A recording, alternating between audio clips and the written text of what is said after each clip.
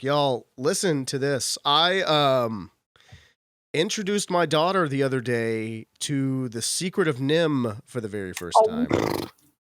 She like it? Oh, she loved it. She thought it was amazing. So, like, here's what happened. So, we were, we're doing our Halloween movie watch for the last, month and a half. And basically, like, for whatever reason, the whole time I was like, you know what we need to do? We need to do some Don Bluth movies. That's what we need to do. We need to do Don Bluth. Yeah, you do.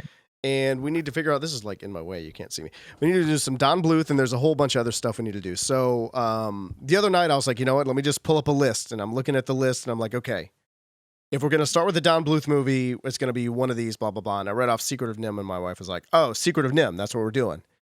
So we watched that.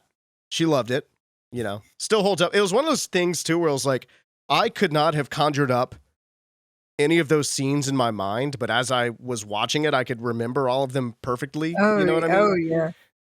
And then it was funny because whenever we looked up the movie, I was like, because one of the movies like this kind of thing came up, and it was The Page Master. And I was like, The Page Master. Yeah. I used to love this movie. So the next night we were looking for something to watch, and my daughter, MJ, she just remembered. She was like, oh, let's watch The Page Master. So we watched The Page Master this next night, so we had a great little movie weekend. And then what was funny is like, because the Page Master opens and Macaulay Culkin, it's like there's a storm raging outside his window, and then he sits up in bed, with the thunder and all that. And as soon as he sits up in bed, she goes, Kevin?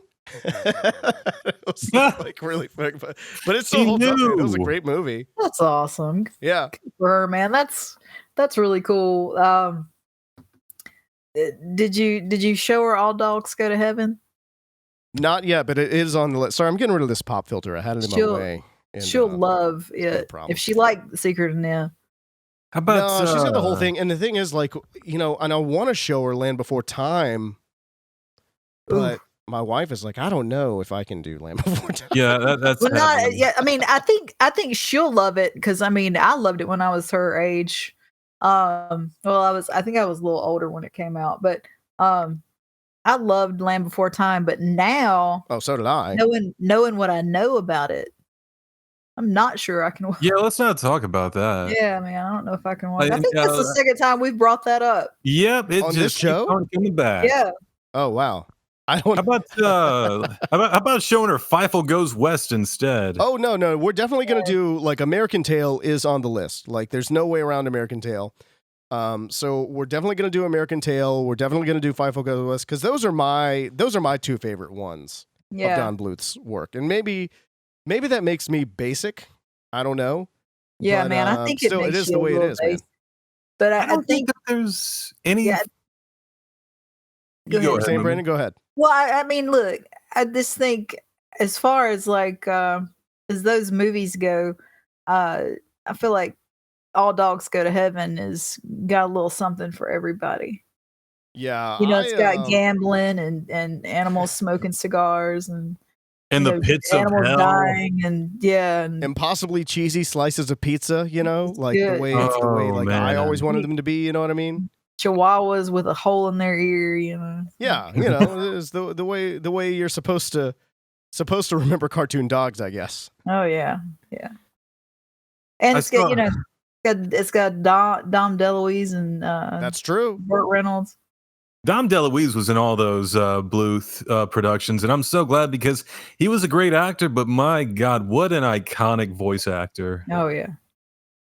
Yeah, absolutely. Like as soon as you hear Dom DeLuise, like again. We talked about Secret of NIMH, and like as soon as you hear him, it's like, oh, that's a much younger Dom DeLuise, but that is Dom DeLuise. It is there is no mistaking him at all. I could talk all night about Dom. Listen. If you don't know what we're talking about, just Google list of Don Bluth movies, and you're in for a treat. That's all I'm gonna say. Yeah, and you'll immediately want a Don Bluth land, and or a Don Bluth world. He honestly, like and I haven't seen all of his films, but like honestly, like especially with the way that Disney was going in the 80s. In a right world, there would be a there would be a Bluth world at this point. Yeah. Well, I mean, Rockadoodle. Yeah, Rockadoodle. Oh man, such a good one. Like, but it's like the guy left Disney because they wouldn't let him do the movies that he wanted to do. So like, I think we're forgetting one major Bluth production that people don't talk about. Oh, let's talk about it. Titan AE. Titan AE. That's right. Oh yes, because he was like, listen, everybody, CG is the way of the future. This movie's gonna kill it in the box office, and it bombed. And then a few years later, little man in the swamp named Shrek came along, and well, the rest is history. Yeah. He really should have Shrek'd himself before he wrecked himself. So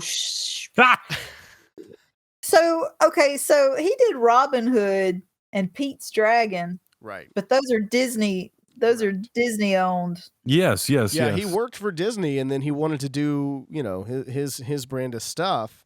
Yeah, but Disney wouldn't want him to. And honestly, to be fair to Disney, I kind of get it because before that, whenever they tried something sort of similar to that, when they did the Black Cauldron, it did not work out well for them at all. And I've had people tell me recently, like, "Oh yeah, Black Cauldron does not hold up. It's not a great movie."